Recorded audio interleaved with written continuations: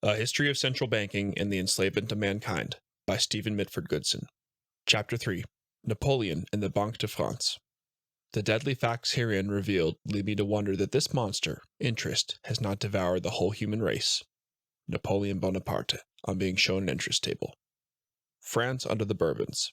When the Bank of England was established in 1694, one of its principal aims was to provide sufficient finance so that England could prosecute its war against France. At that time, France was the premier world power both in terms of maritime forces and territorial possessions. 4 years previously, at the Battle of Beachy Head, near Eastbourne, England, the French Navy defeated the Anglo-Dutch fleet comprehensively, when it sank 12 ships, while a further 20 ships were exploded by their English crews. Since the 7th of June 1654, France had been ruled by its most glorious monarch, King Louis XIV, the Sun King. Louis was well versed in the wiles of the bankers.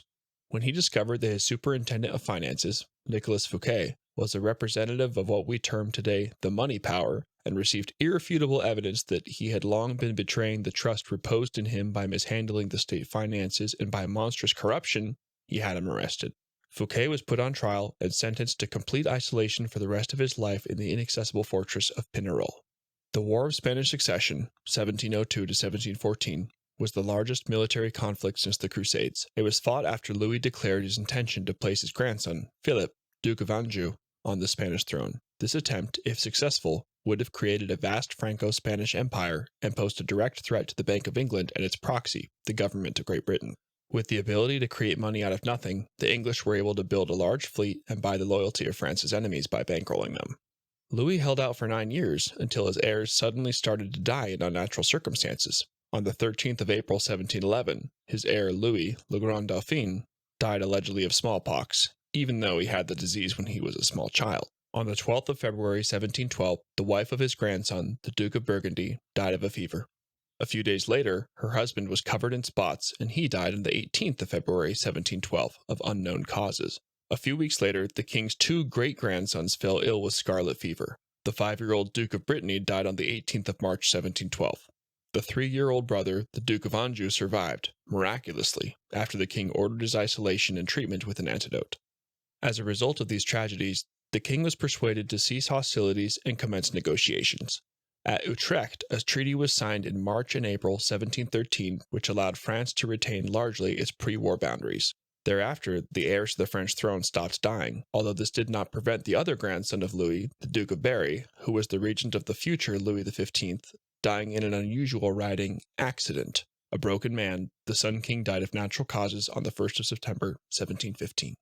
The ability of the English to command vast sums of money had not gone unnoticed by the French, who realized that the war had not been won because of a deficiency in financial credit. On the 1st of May 1716, a Scotsman, John Law, received a patent to open a private bank, the Banque Générale, which was patterned on the Bank of England and which was entitled to issue banknotes and exchange them for gold. The regent of Louis XV, Philippe II, Duke of Orleans, realized that this bank could provide government with a means of financing its expenditures, and in 1718, France's first central bank came into existence and was renamed the Banque Royale.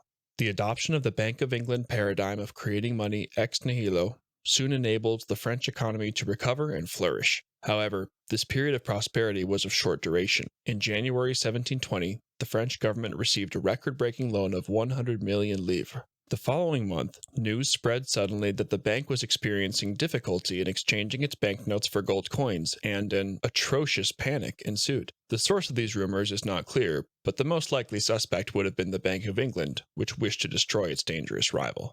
Various attempts were made to shore up the Banque Royale. A decree of the 11th of March 1720 banned the use of coins from the 1st of May onwards. When this measure failed to staunch the impending catastrophe, a decree was announced on the 22nd of May 1720 which reduced the value of the banknotes by 50%. A third decree of the 10th of October 1720 stated that on the 1st of November, banknotes would no longer be used and that they were to be exchanged for state bonds with a further reduction of 50% in their value.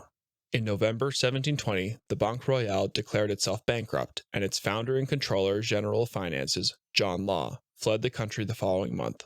For the Bank of England and its Jewish stockholders, the demise of the Banque Royale was an unmitigated triumph. Napoleon, the monetary reformer.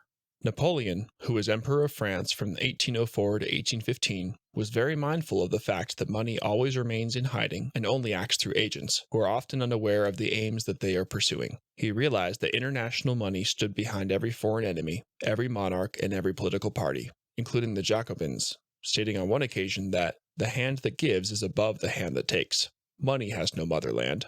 Financiers are without patriotism and without decency. Their sole object is gain. He had very clear ideas as to how he wished the French economy to be run. He defined his system as being for the application of the resources of government, including finances, for the benefit and use of his people for the greater glory of God. His system was for the maintenance of spiritual as against material values, the nation as against political parties, patriotism as against greed, loyalty as against fear. The bedrock of the economy was to be agriculture, for that is the soul of the people, the foundations of the kingdom. Next in importance was industry, which ministers to the comfort and happiness of the population. A poor third came foreign trade, which only consists of the surplus of agriculture and industry. In his opinion, foreign trade ought to be the servant of agriculture and home industry. These last ought never to be subordinated to foreign trade. Napoleon's ultimate objective was to ensure not only financial independence, but self-sufficiency in the production of goods for domestic consumption. Napoleon would not allow loans to be employed for current expenditure, whether civil or military, under any circumstances. On the subject of debt, he had this to say: "One has only to consider what loans can lead to in order to realize their danger. Therefore, I would never have anything to do with them and have always striven against them. At one time, people asserted that I did not issue loans because I possessed no credit and could find nobody who would lend me anything. That is quite false.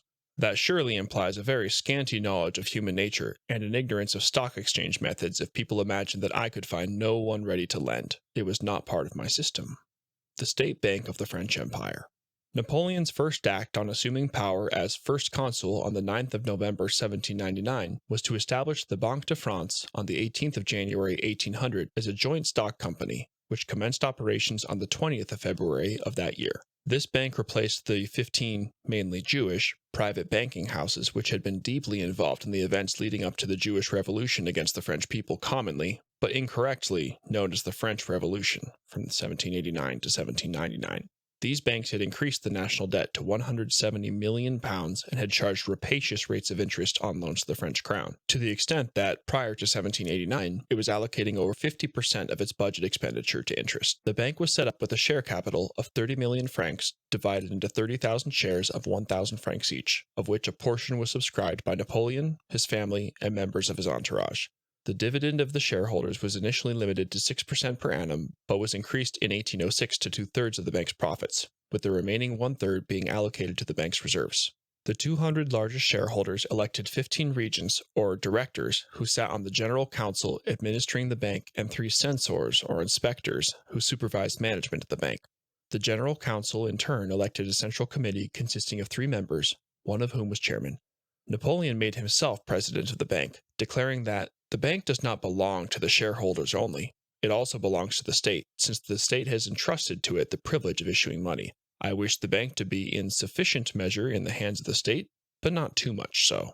On the 14th of April, 1803, by means of an act of Parliament, Napoleon abolished the right of 2 rival banks, the Caisse des Comptes de Commerce and the Comptoir Commercial, to issue banknotes, as he remarked at that time: "Have you not told me that, in order to preserve credit, it is a general practice that artificial money, like that of the Bank of France, shall issue from only one source?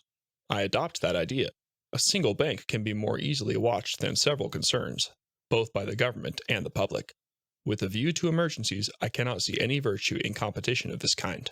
On the 22nd of April, 1806, a new act was passed, which replaced the 3-member Central Committee with a governor and 2 deputy governors. These appointments were personally vetted by Napoleon. The new act also increased the bank's capital to 90 million francs. Napoleon was so suspicious and distrustful of bankers that he personally supervised the operations of the treasury, lest the secrets of his monetary policies leak out and be exploited by speculators. He was thus his own banker, who controlled both the creation and distribution of money and credit, to the chagrin of the international bankers, particularly the Rothschilds, who were virtually excluded from operating in continental markets. Napoleon made the franc the most stable currency in Europe. After France had abandoned the loan markets of the city of London, a fog of depression settled on its fraternity of bankers and usurers. In typical fashion, the English press began to stir up trouble for Napoleon. He was accused of having not observed the conditions of the Treaty of Amiens, which had been signed between England and France on the 25th of March, 1802. Relations broke down when Napoleon refused to sign a trade treaty, which would promote free trade and a modern-day version of globalization, and thereby force him to diminish the autarky and isolationism of his continental policy. England, under the direction of her international bankers, proceeded to bankroll Austria, Prussia, Russia, Spain, and Sweden, and duly declared war on France. The coalition forces exceeded 600,000. Napoleon could not muster even a third of that number, and would under normal circumstances have been compelled to secure a banker's loan in order to arm and feed them. On the 20th of December, 1803, he trumped the warmongers by selling Louisiana to the United States of America for £3 million. A brief period of peace and prosperity ensued. However, in 1806, a new coalition consisting of England, Russia, and Prussia, at the initiative of the last-named country, took to the field. Although the coalition forces were defeated at Jena on the 14th of October, 1806, Napoleon was forced to engage in a series of needless and senseless wars for the next 9 years in order to protect France and her new economic dispensation. He promulgated the Continental Blockade, whose objective was to destroy England's export trade, as he realized that England could not finance her imports and fund her allies at the same time. At the Treaty of Tilsit, signed on the 7th of July, 1807, on a raft in the middle of the Niemen River in East Prussia, Napoleon and Tsar Alexander I agreed to an alliance which made them the masters of continental Europe. Alexander agreed to join Napoleon's continental blockade of England and to provide each other with mutual support in the event of disputes with other nations, and in particular the British Empire. At that time, France and Russia were the only two countries in Europe which were not on the usury system and were furthermore not indebted to the Rothschilds. They were therefore the only free and independent nations. However, a few years later, Russia started to violate the blockade. This action was premised on the fact that Russia, a producer of mainly raw materials, had very little industrial capacity and had been dependent on England for the importation of industrial products. Alexander was only prepared to continue with the blockade, subject to France supplying him with the industrial goods, which he had previously imported from England. France could not supply these goods, as England commanded the seas and there was no road or rail infrastructure in Europe at that time. Therefore, in order to enforce the blockade, Napoleon decided to invade Russia on the 24th of June, 1812, with an army of over 500,000 soldiers. Although he reached Moscow on the 14th of September, 1812, he found that it had been abandoned, and the subsequent winter retreat turned into a major disaster, with only 110,000 of his original army surviving. The following year, Napoleon was defeated at the Battle of the Nations, east of Leipzig, on the 19th of October, 1813. On the 11th of April, 1814, he abdicated at Fontainebleau. After being banished to the island of Elba, situated between Corsica and Tuscany, Napoleon attempted to stage a comeback at the Battle of Waterloo in modern-day Belgium on the 18th of June, 1815. All the belligerents, England, Prussia, and France, were financed by Nathan Rothschild, with France receiving a loan of £10 million. After his defeat, Napoleon was exiled to the British island of St. Helena in the South Atlantic, where he died under suspicious circumstances when he was still a fit man at the age of 51, on the 5th of May, 1821. An examination of Napoleon's remains has indicated that he almost certainly died of cyanide poisoning following chronic arsenic intoxication. In such a case, it would undoubtedly have been the work of a Rothschild assassin, which conforms to a pattern repeated consistently during the past 2 centuries of assassinating all leaders who propose, institute, or maintain systems of usury-free banking.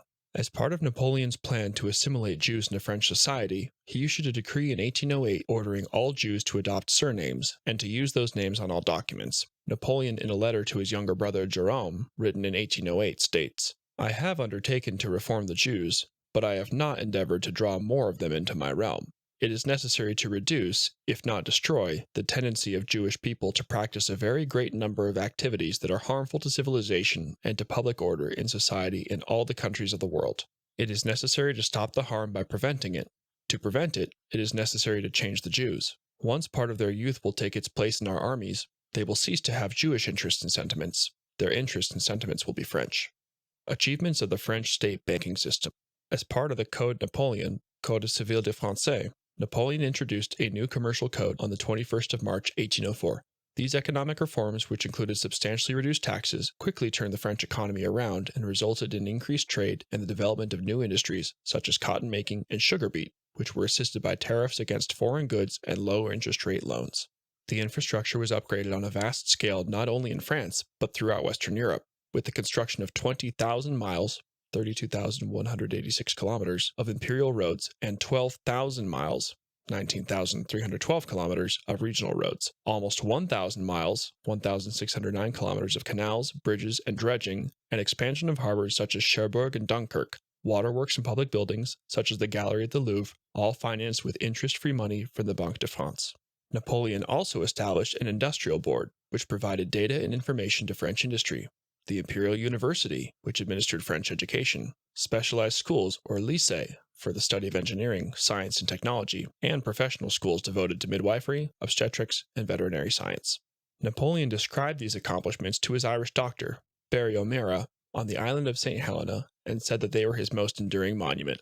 The Allied powers cannot take from me hereafter the great public works I have executed, the roads which I have made over the Alps, and the seas I have united. They cannot place their feet to improve where mine have not been before. They cannot take from the code of laws which I formed, and which will go down to posterity. In conclusion, we may consider some of Napoleon's achievements, which he communicated to his former chamberlain and constant companion for 18 months on St. Helena, Comte de las Casas. I inspired France and Europe with new ideas which will never be forgotten. France's finances are the best in the world. To whom does she owe them? If I had not been overthrown, I would have made a complete change in the appearance of commerce as well as of industry. The efforts of the French people were extraordinary. Prosperity and progress were growing immeasurably. Enlightenment was making giant strides. New ideas were everywhere heard and published, for I took pains to introduce science among the people. If I had been given time, there would soon have been no more artisans in France. They would all have become artists.